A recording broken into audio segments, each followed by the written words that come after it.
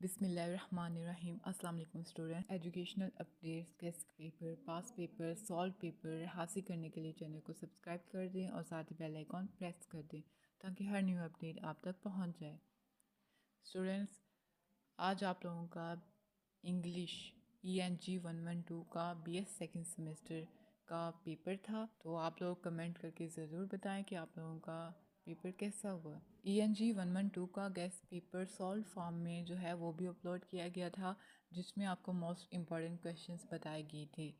तो जिन बच्चों ने वो प्रिपेयर किया था उन्होंने करीबन हाफ मार्क्स तो फुल ही गेट कर लिए होंगे, क्योंकि वहाँ पर आपको क्वेश्चंस जो से अब इस पेपर में क्वेश्चंस आए हैं वही क्वेश्चंस वहाँ दिए गए हैं, बट ये कहीं ना कहीं इन्होंने स्टेटमेंट जो है वो चेंज कर दिए। तो देखते हैं आज का पेपर कि आप लोगों ने किस तरह आंसर उसका देना था क्वेश्चंस का, कि थोड़ी सी स्टेटमेंट बस चेंज है। तो सबसे पहला सवाल, what is mean by paragraph unity. आपने पैराग्राफ यूनिटी के बारे में यहाँ बता देना था कि पैराग्राफ यूनिटी होती क्या है। और अगला सवाल है, why critical thinking is important for university students. Critical thinking के बारे में आपको पता होना चाहिए कि ये होती क्या है क्रिटिकल थिंकिंग, और ये क्यों ज़रूरी होती है यूनिवर्सिटी स्टूडेंट्स के लिए। आफ्टर दिस क्वेश्चन है कि explore your anxieties as a student. Guess paper में आपको बताया गया था यही क्वेश्चन, लेकिन थोड़ी सी स्टेटमेंट चेंज थी। ठीक है, तो वहाँ पर सॉल्व गेस्ट पेपर में आपको उसका जवाब भी बताया गया था कि आपने किस तरह से उसको आंसर करना है। तो अगर आप लोगों ने वो प्रिपेयर किया होगा तो आप लोगों के लिए काफ़ी हेल्पफुल रहा होगा, क्योंकि आपने वही मटेरियल इसी क्वेश्चन में पुट कर देना था। नेक्स्ट क्वेश्चन है, how far time management plays a role in student success. ये भी हमारे गेस्ट पेपर में से ही क्वेश्चन आया हुआ था, टाइम मैनेजमेंट का। आफ्टर दिस अगला सवाल है कि write a brief note on skimming as a reading skill. ये भी आप लोगों को बताया गया था, स्कीमिंग या स्कैनिंग। तो स्कीमिंग क्वेश्चन आ गया। After how can speed reading be achieved. ये जो क्वेश्चन था इसकी स्टेटमेंट बस चेंज की गई है। इसकी स्टेटमेंट इस तरह से चेंज है कि आप लोगों ने इसमें सिंपली यही बताना था कि स्पीड रीडिंग किस तरह से इम्प्रूव होती है, किस तरह से आप उसको अचीव कर सकते हैं।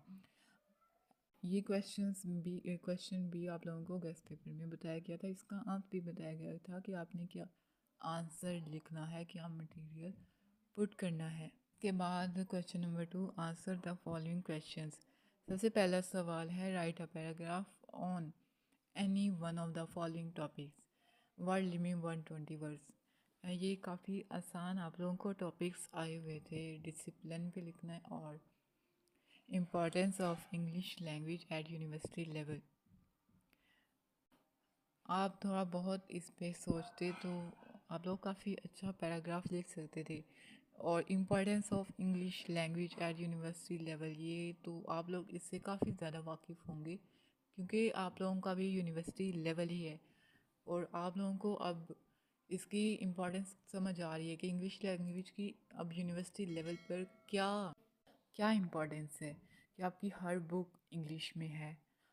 आप लोगों के लिए इंग्लिश लैंग्वेज को समझना बहुत ज़रूरी है, क्योंकि अगर आप लोगों को पढ़नी नहीं आएगी, उसको अंडरस्टैंड करना नहीं आएगा। आप लोगों की तमाम बुक्स इंग्लिश में हैं, इसलिए आप लोगों को, अगर आप लोगों को इंग्लिश लैंग्वेज पढ़ना नहीं आएगी, इंग्लिश पढ़ना नहीं आएगी या समझना नहीं आएगी, तो आप लोग अपने एग्ज़ाम में किस तरह से अच्छा परफॉर्म कर सकोगे, क्योंकि आप लोगों ने आंसर तो इंग्लिश में ही लिखना है।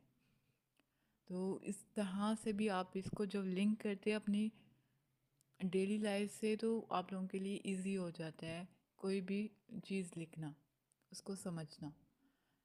तो आई होप सो कि आप लोगों के लिए काफ़ी हेल्पफुल भी रहा होगा हमारा गेस्ट पेपर भी। और अगला सवाल है, right any 2 important methods of note taking. ये भी हमारे गेस्ट पेपर में से ही क्वेश्चन आया है कि आप नोट जो बनाते हैं उसके क्या इम्पॉर्टेंट मेथड्स हैं। इसकी भी बस स्टेटमेंट चेंज है, लेकिन आपको मटेरियल ऑलरेडी बताया गया था कि आप लोगों ने कौन सा मटेरियल लिखना है अगर आपको इस किस्म का क्वेश्चन आ जाता है। प्रॉपर वे में आपको बताया गया था इसका मटेरियल आंसर करने के लिए।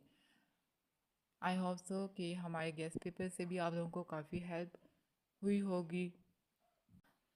अल्लाह पाक आप सबको इम्तिहान में कामयाबी अता करे, आमीन।